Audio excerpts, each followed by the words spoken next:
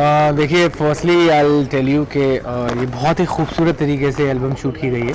और जैसा कि नाम बताया जा रहा है, सबसे पहले जब मैंने ऑडियो सुना था और श्रुति मैम से मिला था मैं, तो उनकी आवाज़ बहुत अच्छी थी और ऑडियो में मुझे बहुत पसंद आया। तो सबसे पहले मैंने उन्हीं को सजेशन दिया कि ma'am let's make a good song. और क्योंकि ऑडियो इतना अच्छा है तो मैंने प्रॉमिस किया था एसोसिएशन में, क्योंकि मेरा खुद का प्रोडक्शन हाउस के ऑलरेडी 2 गाने शूट हो चुके हैं और अभी भी हंगामी म्यूज़िक पे आग लगा दी आ रहा है। तो बेसिकली मेरी प्लानिंग यही थी कि इस गाने को भी एक पंजाबी टच दे के शूट करके दिखाऊं। And featuring my self, featuring Prajakta जो उनकी डॉटर हैं इतनी खूबसूरत। तो हम लोग की ऐसी प्लानिंग हुई है। अभी ये गाने का टारगेट ऐसा है कि हम लोग इस गाने को जितनी भी हो सके उतनी पंजाबी शादीज़ में आपको बजने को मिलेगा। आपको एक हैप्पी इन्वायरमेंट वाला शूटिंग है। एक गांव में किस तरीके से कोई लड़का आता है और कोई लड़की जब निहारती है और उसके होने वाले हस्बैंड को, तो वो केमिस्ट्री दिखाने की कोशिश की है। जी, डायरेक्टर भी आप हैं जी और प्रोड्यूसर भी आप, एक्टर भी आप, इतनी रिस्पॉन्सिबिलिटी को मैनेज करना कितना ज़्यादा? देखिए, as an actor is been 10 years for me in the industry. और अभी इतनी फिल्म्स करके तो आई थॉट के डायरेक्शन में थोड़ा बहुत हमारे कोरियोग्राफर हैं चीनी चेतन सर, उनके साथ में उनकी हेल्प करके कुछ जितना एज एन एक्टर सीखा है, कुछ डायरेक्शन भी मुझे लगा कि मैं कर सकता हूं तो किया। उसके बाद इससे पहले मैंने आग लगा दी में भी खुद प्रोड्यूस किया है, तो उसमें भी प्रोडक्शन मैंने ज़ार नहीं देखा था। तो मैं चाहता हूँ, एक्चुअली मैं दिल से बताता हूँ, मैं नहीं चाहता कि किसी भी इंसान के साथ जो लोग डिजर्विंग होते हैं उनके साथ नाइंसाफ़ी हो। तो मैं ये चाहता हूँ कि जब मैं किसी भी इंसान के साथ जुड़ूँ, जिन लोगों को एक टारगेट नहीं मिल पाता है, एक वो प्लेटफॉर्म नहीं मिल पाता है, तो जितना भी थोड़ा बहुत अगर मैंने नाम कमाया है तो मैं चाहता हूँ अपना नाम लगा के और उन लोगों के साथ में मिल के एक अच्छा प्रोडक्ट बना के उन लोगों का भी नाम बनाऊँ। So I always try to make it everyone should go together. बताइए कि कहाँ शूट किया है इसको, और काफ़ी देसी टच है इसमें जी, तो देखने में भी काफ़ी अच्छा लग रहा है जी, और गाना भी जरूर अच्छा होगा। तो डेफिनेटली शूट हमने मुंबई में ही किया है और हमने पूरा सेट लगाया था इसका, और पूरा का पूरा decoration everything art was there and पूरा 2 दिन का सेटअप था। और proper we have shot in Arri Alexa के टेक्सचर में, पूरा फिल्म फॉर्मेट में शूट किया है। तो बहुत मज़ा आया। और क्योंकि मैं खुद एज अ प्रोड्यूसर था तो मैं खुद सुबह 5 बजे सेट पे चला गया था and then turn myself as a director till 12 and then 12 बजे के बाद एज एन एक्टर सेट पे आया हूँ। तो प्रोड्यूसर, डायरेक्टर, एक्टर ये तीनों फेस उसी दिन में जी लिए थे हमने। बट बहुत खूबसूरत गाना शूट हुआ है। जब मैं मैंने देखा एडिट पे चीनी सर के साथ में जब हुआ है, देखा है हमने ओरिजिन से एडिट करवाया, तो everything came out so good और इतना हैपनिंग लग रहा है सब कुछ कि गाना बार बार देखने का मुझे खुद दिल कर रहा है। जी, कंपटीशन काफ़ी है आज के दौर में म्यूजिक वीडियो मार्केट में। जी, और कुछ ही म्यूजिक लेवल है जहाँ पे जाने पर एक अच्छा मार्केट मिलता है, जी, जी। प्रमोशन होता है। उसके बारे में क्या कहना चाहेंगे? सी देखिए, ऑलवेज मैंने बनाने से पहले भी एज सच कोई टारगेट नहीं रखा है। मैंने श्रुति मैम से डिस्कस किया था regarding labelling. So whatever the label we are getting, that हम लोग जी में जा रहे हैं या टी सीरीज़ में जा रहे हैं या उससे अच्छी उनको डील मिलती है, तो definitely because Shruti film combine भी मेरे ज़ार के साथ में है, तो उनका भी डिसीजन बहुत इंपॉर्टेंट है। तो ऐसा कुछ सच टारगेट नहीं है, बिकॉज व्हाट आई बिलीव कि अगर गाना अच्छा है तो लेबल कोई से भी लेबल हो, चाहे जी हो, चाहे टी सीरीज़ हो या कोई और सा थर्ड लेबल हो, गाना अच्छा बन जाता है। तो यही मेरा टारगेट है। But if we are going with the label, definitely we are going with the label. तो लेट्स सी, गाना ऑलरेडी जी में जा चुका है और उनका टी सीरीज़ में भी जा चुका है। डिपेंड्स, अगर वहाँ से अच्छी डील मिलती है मैम को तो definitely will go with the label. अगर आपने ओटीटी प्लेटफॉर्म पे काम किया, वेब सीरीज में जी, काम किया, वो बताइए कि ये जो नया मार्केट है वो कितना अपीलिंग है आपके लिए खास कर करने के लिए? मुझे बहुत एक्साइटमेंट हो रहा है बिकॉज इट्स बीन ये मेरा एक्चुअली मैंने एक आग लगा दी सबसे पहला मेरा प्रोडक्शन का है ज़ार फिल्म्स का, मून फिल्म्स एंड म्यूज़िक के एसोसिएशन में। उसके बाद में फिर मैंने ये वाला गाना किया श्रुति फिल्म्स के एसोसिएशन में। उसके बाद फिर एक गोवा में भी एक शूट करके आया हूँ मैं already, and I am going to shoot अभी नेक्स्ट वीक एक और गाना। So this is different journey which I am enjoying it. And मुझे हमेशा से कुछ क्रिएटिव करने का दिल करता था और हमेशा से वो दिल करता था कि मैं एज एन एक्टर तो डिफरेंट कैरेक्टर्स कर रहा हूँ। अभी लास्ट फिल्म मैंने शाशा राम से जी की मोटल फिनिश किए, तो लेकिन as a producer I always want to create something different और उन लोगों के लिए काम करना चाहता हूँ जो लोग को कुछ करना है, जो लोग बहुत पैशनेट हैं और वो लोग मौका तलाशते हैं, या मुझे बहुत बुरा फील होता है उन लोगों के लिए। तो I always try to associate with them. ये मेरा मोटिव था। और जब मैंने करने में आया as a producer, I analyse everything about budgeting, about shooting and everything, then I have change myself कि यार this is a very big responsibility and this song making is a very different journey other than acting, films, web series. तो इसका ये अलग market है, इसके एक अलग जर्नी है जो मैं अब इंजॉय कर रहा हूँ। एंड पूरा जो एज एन एक्टर मेरा दिमाग लगता था, अब एज अ प्रोड्यूसर भी लगता है। तो या आई एम एंजॉइंग इट।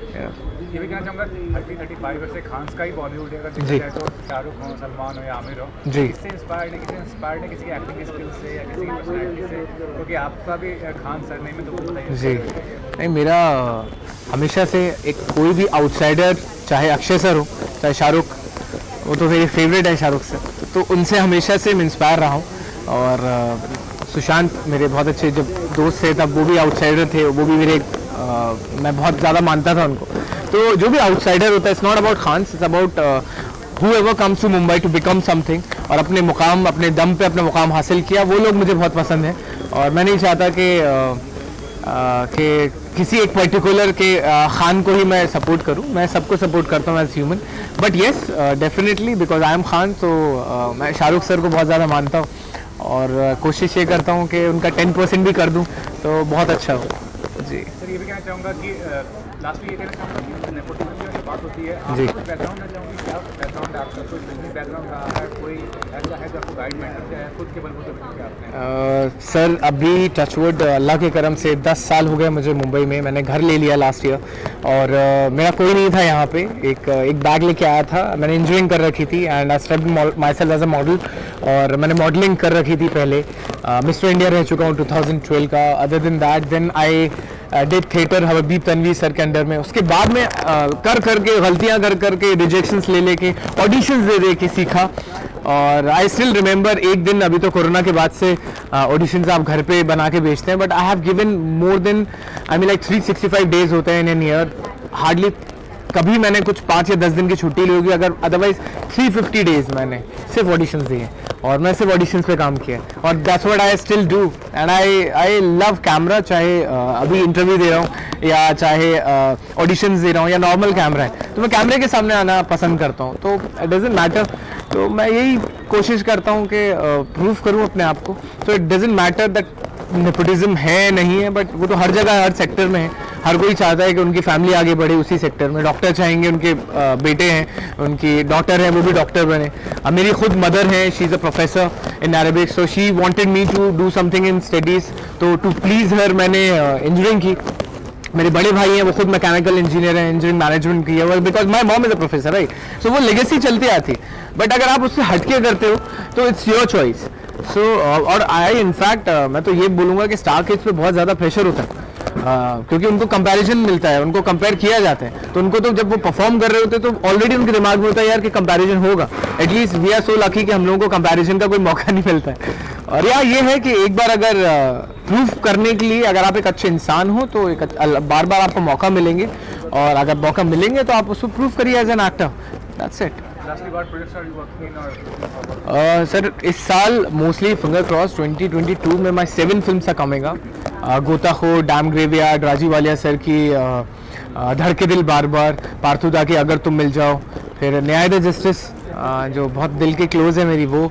उसके बाद फिर साशा रामसे जी की मोटल फिनिश किए। तो 7 films are done and 4 songs are done, और 2 और गाने कर रहा हूँ। तो आई होप सो 2022 मेरे लिए बहुत उम्दा साबित हो। Thank you. ये डेब्यूट एल्बम है मेरा।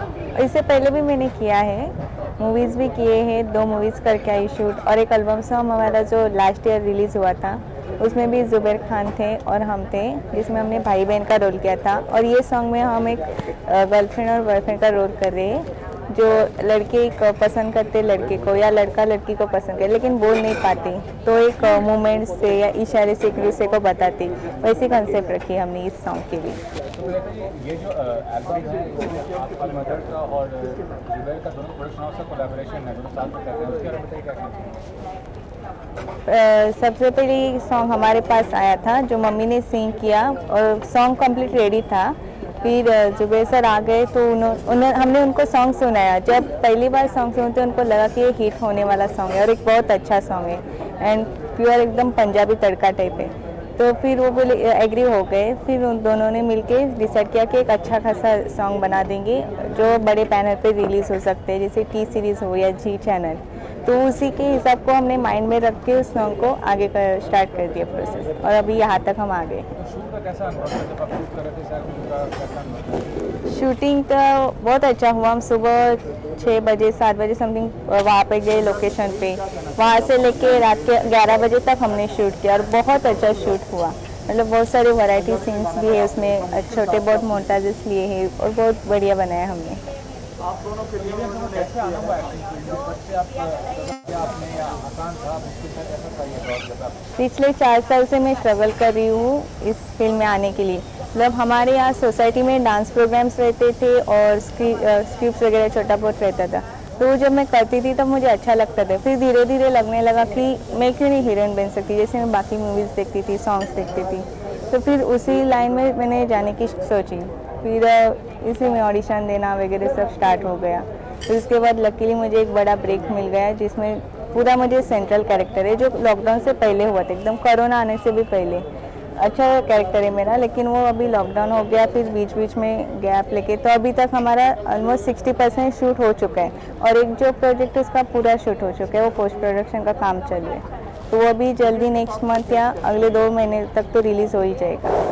2 मूवीज़ मैंने किए हैं, जिसका सेकेंड का अभी मैं हिमाचल में शूट करके आई हूँ और अभी उसका 60% हुआ है, बाकी काम आगे हो जाएगा।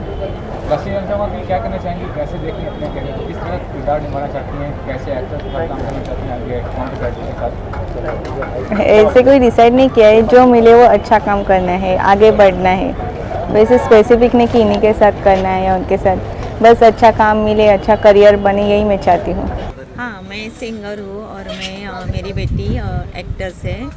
उसका मैं ऐसा कभी हुआ नहीं एक्चुअली, मम्मी सिंगर और बेटी एक्टर, तो ऐसा मतलब हो रहा है कि मुझे भी संगीत का शौक़ था, पहले से था। मैं हमेशा लता जी की प्रेरणा लेके गाती थी।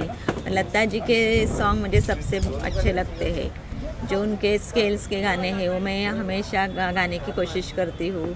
और मेरे यूट्यूब चैनल पे भी मैंने लता जी के सॉन्ग गा के अपलोड किए हैं।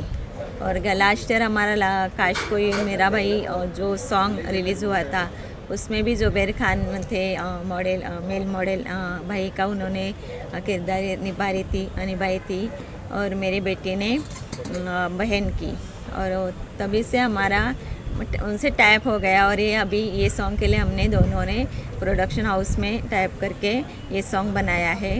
ये सॉन्ग एक्चुअली पंजाबी है और मैंने फर्स्ट टाइम पंजाबी सॉन्ग गाया है। पंजाबी सॉन्ग मुझे बहुत अच्छे लगते हैं, जो कि चिट्टिया कलाई जब आया था वो सॉन्ग मुझे बहुत बढ़िया लगा था और मैंने वो बहुत किया भी था, गाया भी था थोड़ा। तो मुझे उस अच्छा लगा कि पंजाबी सॉन्ग अभी ज़्यादा भी चलते, पहले हिंदी से पंजाबी सॉन्ग ज़्यादा चलने लगे और उसका, इसलिए मैंने सोचा कि एक पंजाबी सॉन्ग ही करते और मैंने फर्स्ट टाइम में पंजाबी सॉन्ग किया है। ये सॉन्ग बहुत अच्छा हो गया है। जिनको मैंने सुनाया उन्होंने सबने मुझे बहुत बधाई दी है कि बहुत अच्छा सॉन्ग हुआ है। और इस सॉन्ग के जो प्रोग्रामर है वही चिट्टिया कलाई के भी असिस्टेंट प्रोग्रामर थे, उन्होंने मेरा सॉन्ग बनाया है और ये बहुत बढ़िया सॉन्ग हुआ है। एक कैची सॉन्ग है, उसमें लव एंगल है, जैसा मैं इसका जो वीडियो बनाया है उसमें छोटा सा लव स्टोरी एंगल ऐसा दिखाने की कोशिश की है और बढ़िया बनाया है। और इतना ही मैं बोलूँगी कि ये सॉन्ग मुझे तो बहुत अच्छा लगा, मैंने बहुत एंजॉय किया है। तो ये जानना चाहूँगा कि कैसे शुरुआत हुई आपकी? ये पहला प्रोजेक्ट यहाँ पे है, पहले से आपने कोई एल्बम किया था इसका? नहीं, ये मेरा सेकंड है। जो पहला लास्ट ईयर एक एल्बम सॉन्ग रिलीज़ हुआ कंपनी से, वो मेरा फर्स्ट था, अभी ये सेकंड है। और इसके बाद भी मेरे 2-4 पंजाबी एंड रैप सॉन्ग आने वाले हैं। जुबैर काफ़ी पॉपुलर चेहरा है इंडस्ट्री में, तो उनके साथ कैसा अनुभव था काम करना? बहुत अच्छा, मज़ा आता है। आगे क्या करना चाह रही हैं, प्रोड्यूसर के तौर पे या सिंगर के तौर पे? हाँ, प्रोड्यूसर के तौर पे मैं खुद का प्रोडक्शन हाउस तो अभी निकाला है। इस तो अभी 1 महीने ही किया मैंने और जुबैर खान ने। अभी आगे भी मेरे प्रोडक्शन हाउस से मैं आगे जाना चाहती हूँ और मेरे बेटी को भी आगे ले जाना चाहती हूँ। ये भी जानना जानना चाहूँगा कि आज के दौर में जितने सारे होते रियलिटी शो वगैरह उसके आप क्या कहना चाहेंगे कि उसके माध्यम से कितना मौका मिलता है? अभी देखो, मैं तो बहुत ही लेट हूँ, पहली बात है। तो अभी जो रियलिटी शो होते हैं वो उस उधर मतलब एज का ही है, तो उस एज में मैं बैठती नहीं। लेकिन मैं अच्छा गाती हूँ, मैंने क्लासिकल भी सीखा है, मुझे लगता है मैं अच्छी गाती हूँ। मैं छोटे छोटे ऑर्केस्ट्रा में गाती थी, प्रोग्राम में गाती थी, और मैंने मतलब सीख के बहुत मुझे खुद को ही कॉन्फिडेंस आ गया कि मैं अच्छा गा रही हूँ। और मैंने लास्ट ईयर इसलिए एक एल्बम सॉन्ग बनाया, वो भी बहुत सुरीला हो गया है, वो अच्छे से हो गया था सॉन्ग। देवनेगी के संग मैंने डुएट गाना गाया था। वो देवनेगी तो बड़े हैं, उनके साथ मेरा एक डुएट सॉन्ग हुआ, तो वही रिलीज़ हुआ था लास्ट ईयर। और अभी ये मेरा सोलो सॉन्ग है। लास्ट में क्या दर्शकों को क्या करना चाहिए इस एल्बम के बारे में? वो कहना चाहते हैं कि देखें? हाँ, ज़रूर देखें ना, ये गाना बहुत कैची है, मतलब जो डांस वाला है, जो इसमें रिदम बहुत है। जैसे कि गाना सॉन्ग स्टार्ट होता है वैसा ही मतलब रिदम आ जाता है, हर एक कैसा मतलब डांस वाला फील आता है। और इसमें थोड़ा लव एंगल भी है, लव स्टोरी छोटी सी दिखाई गई है, तो देखेंगे लोग तो उनको भी बहुत अच्छा लगेगा। जैसे कि ये शादी में चलने वाला गाना है, एंगेजमेंट में चलने वाला है, एवं पार्टी में भी ये गाना चल सकता है, ऐसे इसका प्रोग्रामिंग किया गया है। थोड़ा मैं उसकी मतलब हुक लाइन्स थोड़ी सी आती है। महिमेने तू चाहिदा कि महिमेने तू चाहिदा कि रांझा मैंने तू चाहिदा कि रांझा मैंने तू चाहिदा। Thank you.